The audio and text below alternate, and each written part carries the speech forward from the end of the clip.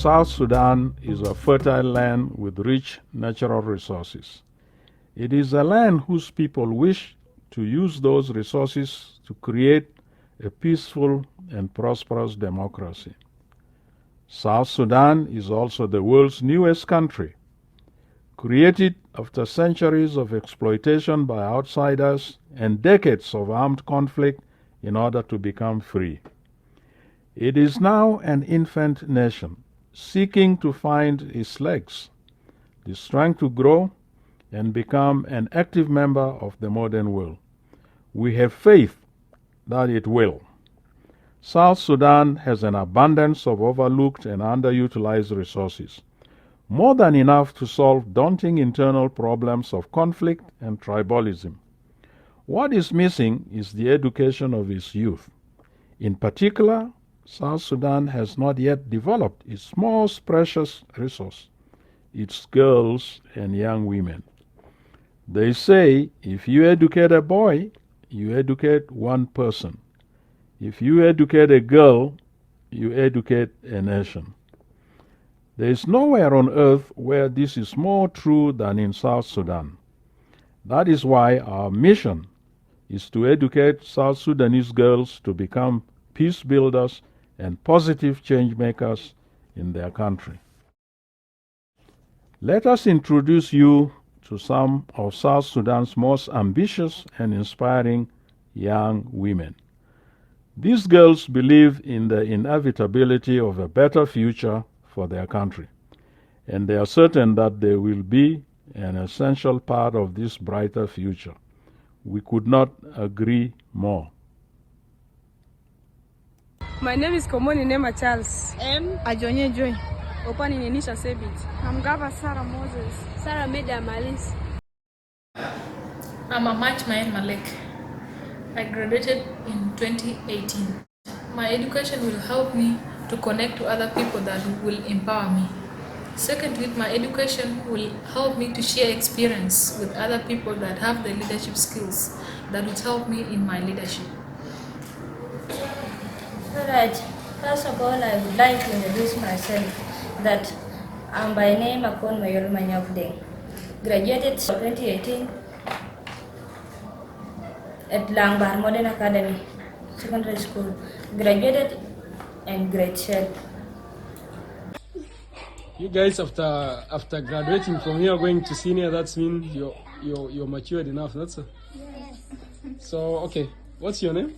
My name is Lillian Kwani, and you? Jacqueline Bakari. So okay, so when you grow up, what do you want to be? I want to be a pilot. You want to be a pilot? Yes. Hey, that's great. That's great. And you? I want to be a sister. A sister. Okay, serving God in church. Yes. That's so great. Let me see our sister here. Hi. What's up? How are you? I'm fine. Okay, what's your name? Basilica Emmanuel. And in which class are you? Primary 5. Primary 5. Okay, that's good. Remaining with 3 years to go to primary 8. That's it. Yes. Okay, you are going well? Everything is good? Yes. You like the subjects? You like the teachers? Yes. What do you want to be when you grow up? Doctor. Doctor. Are you ready to heal people? You know, sometimes people will have wounds. Are you ready to help them? That's good. Great. Nice to meet you. Well, my hope to change my nation through education is that, as I can see now, my country is backward because of education. Mostly, our percentage, we girls, of education is very low. So if I become educated, I will make sure to bring the other generation that will come behind me to be like me, and also to talk mostly about girls' education. And if I complete my studies and become a good future in future, a good person in future, then it will give the other girls who are still studying a motivation of which they will be saying that I want to be like a near my job. So that's my hope in education.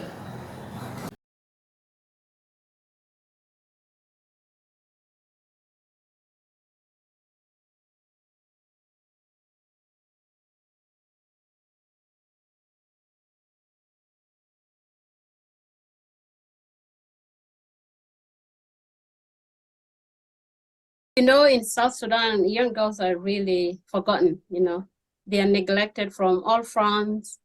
Young girls are being forced into early marriages. Some of them drop out of school. And if a family has, let's say 5 children, for example, if they have a boy, they prefer a boy go to school if they had that choice, you know. And some of my peers, like I said, that I grew up in Kakuma, most of them died. And some of them were just frustrated. And some of them who got married to these men, like they didn't have options, so they got married, and depending on them, being dependent on someone, sometimes these men really abuse them, they beat them, and they have to be submissive because they are being dependent on them for food and anything like that. I lost my cousin because she was constantly being beaten by her husband until she succumbed to her injuries and died. And she left behind 3 kiddos, which are young. That was really unfortunate. That's really my close cousin that I grew up with in Kakuma. So I would just, you know, advise young girls if there's an it's mainly because they don't have the opportunity. Like most of them, if they do have an opportunity to go to school, they will really take that opportunity over anything else. So it's not that someone is just choosing not to, but because there is no opportunity for them. But just focus on yourself, study hard, and you know that one day when you finish school, that will help you first become self-sufficient so you don't have to depend on anyone. If someone is being abusive to you, you can stand on your own. You have the knowledge and power. Education is knowledge and power. It gives you, it broadens your wings. You cannot let someone step over you. You can speak for yourself. You can advocate for yourself. You don't have to just sit there and let someone abuse you. So that would be the most important thing that I think education can afford young girls from Sudan, just speaking for themselves.